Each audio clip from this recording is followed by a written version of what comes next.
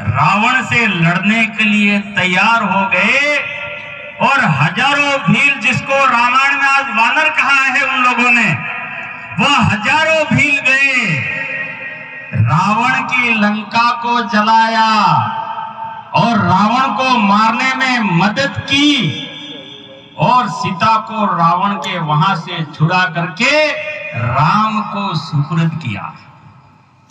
अब मैं आपसे यह पूछना चाहता हूं कि उस समय भगवान राम के लिए आदिवासी था कि कोई और था? सीता को लाने वाले भगवान थे ना, तो सीता जी को लाने वाले कौन थे? आदिवासी थे। तो भगवान कौन था राम के लिए? आदिवासी भगवान थे।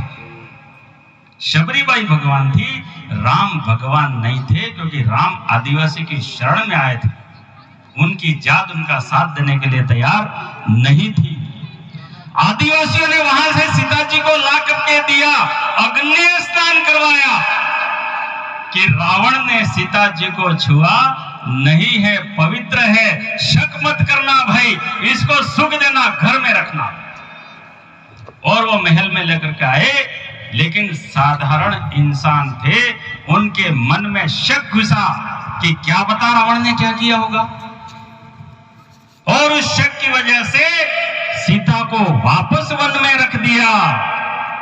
और वहां वन में सीता जी के 2 बेटे पैदा हुए। और राम ने जब पूरे देश का राजा बनने के लिए अश्वमेध यज्ञ किया, तो राम को राजा बनने से रोकने के लिए सबसे आगे लड़ाई करने कौन आया? राम के 2 बेटे लव और कुश ने घोड़े को पकड़ लिया और बोला कि हमारी मां पर शक करने वाला आदमी इस देश का राजा बनने लायक नहीं। भले हमारा बाप है, लेकिन ये राजा नहीं बनता। बेटों ने बाप को राजा बनने से रोक दिया, लड़ाई की, युद्ध किया, लेकिन बेटे थे, राम के सामने झुक गए और सब कुछ सही हो गया। और फिर राम ने सीता को बोला कि अब चलो अयोध्या जाते हैं और राजमहल में जाकर के सुख भोगते हैं। तो सीता ने क्या बोला? जमीन में समा जाऊं लेकिन तुम्हारे साथ नहीं रहूं। बोला कि नहीं बोला? झूठ बोल रहा हूं। और सीता जी जमीन में समा गई, लेकिन राम के साथ रहना पसंद नहीं किया। वो लगन राम और सीता के जीवन में सुख लाया कि दुख लाया, भूल मत जाना, मैं बार बार आपको ये पूछना चाह रहा हूं। फिर और आगे चलो, जब अवतार समेटने का समय आया तो राम ने अपने बेटों को राज देने के लिए राम के साथ 14 वर्ष तक वनवास में दर दर भटक करके युद्ध करने वाले, साथ देने वाले सगे भाई भरत को मृत्युदंड दिया। रामायण पढ़ना, सगे भाई को मृत्युदंड दिया, मरवाया। अब ये ब्राह्मण कहते हैं कि तुम हमारे इस पूर्वज को भगवान मानो, और हमने अनगढ़ को छोड़ करके उनको भगवान मान लिया।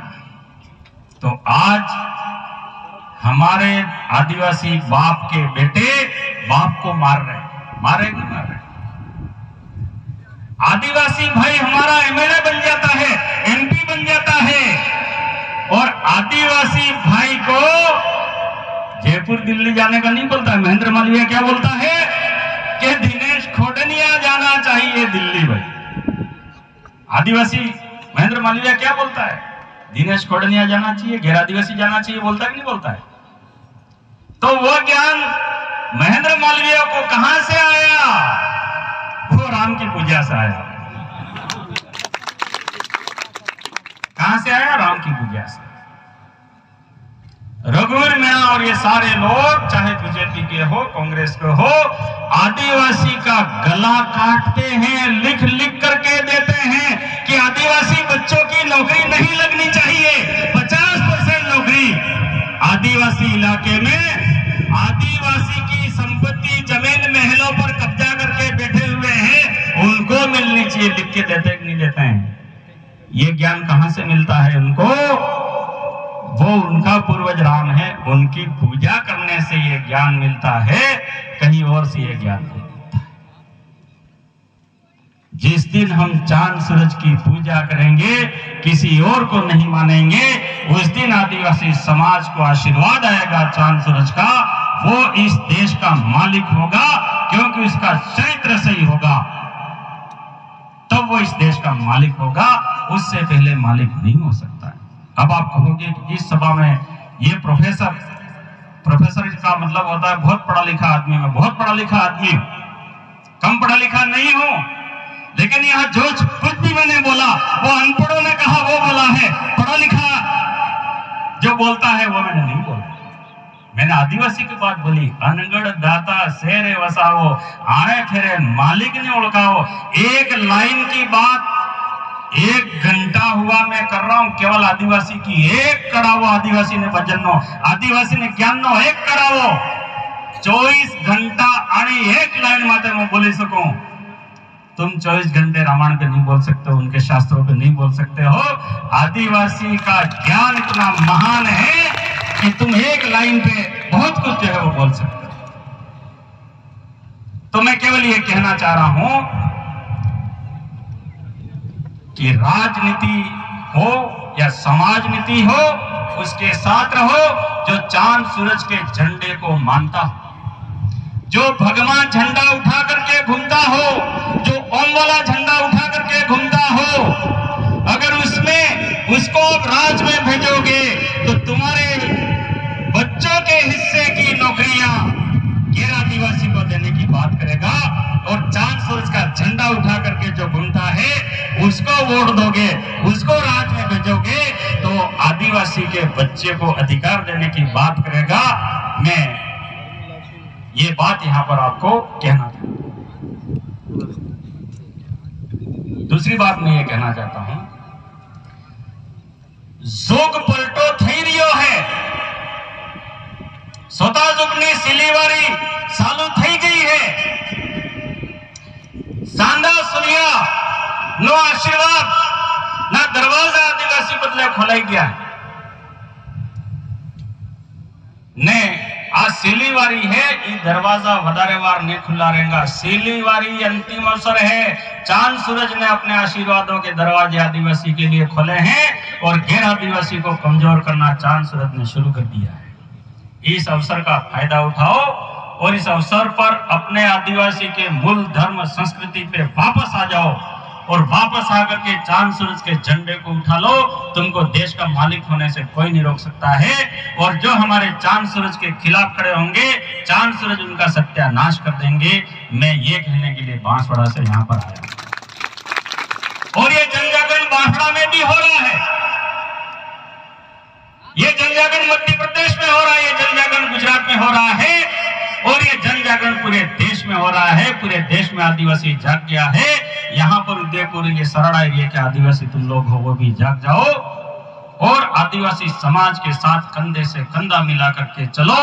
हमारे चांद सूरज की आशीष आपको मिले। और अगर चांद सूरज के आशीर्वाद को परखना हो तो मैं यहाँ पर एक बात और आपसे कहना चाह रहा हूं अंत में थोड़े समय के लिए, कि अभी यहाँ पर जितने भी आप आदिवासी भाई बैठे हुए, हम इस मंच से बोल रहे हैं, इसका मतलब हम चांद और सूरज के आशीर्वादों से बोल रहे हैं। संदा चांद और सूरज रूपी जो भगवान है, उन भगवान के कहने से हम यहाँ पर बोल रहे हैं। हम हमारी तरफ से नहीं बोल रहे, हम भगवान का काम कर रहे हैं, हम कुदरत का काम कर रहे हैं, हम चांद सूरज का काम कर रहे हैं। अभी आप अपने मन में सोच लो, आपको किसी बात का दुख है, किसी की नौकरी नहीं लग रही है, किसी के बच्चे उसके कहने में नहीं है, किसी का लड़का उसके कहने में नहीं है, किसी के घर में दुख है, तकलीफ है, खेत में अनाज नहीं पक रहा है, गाय भैंस दूध नहीं दे रहे हैं, और किसी प्रकार के दुख है, शरीर में दुख है, दिमाग में दुख है, कोई भी दुख है, अभी आप अपने मन में सोच लो। मैं चांद सूरज से प्रार्थना करता हूं और मैं ये कहता हूं कि इस पांडाल में बैठे हुए हमारे तमाम आदिवासी भाई बहन हैं, उनके हर प्रकार के दुखों को तू हर ले। और अगर आपके दुख खत्म हो और कोई इच्छाएं पूरी हो जाए तो एक भी आदिवासी परिवार का चिंतन शिविर छोड़ना मत। जितनी बार आदिवासी परिवार के चिंतन शिविर में आओगे उतनी बार चांद सूरज का आशीर्वाद तुमको मिलेगा और आप सब लोगों का कल्याण होगा। जय भारत, जय आदिवासी। बहुत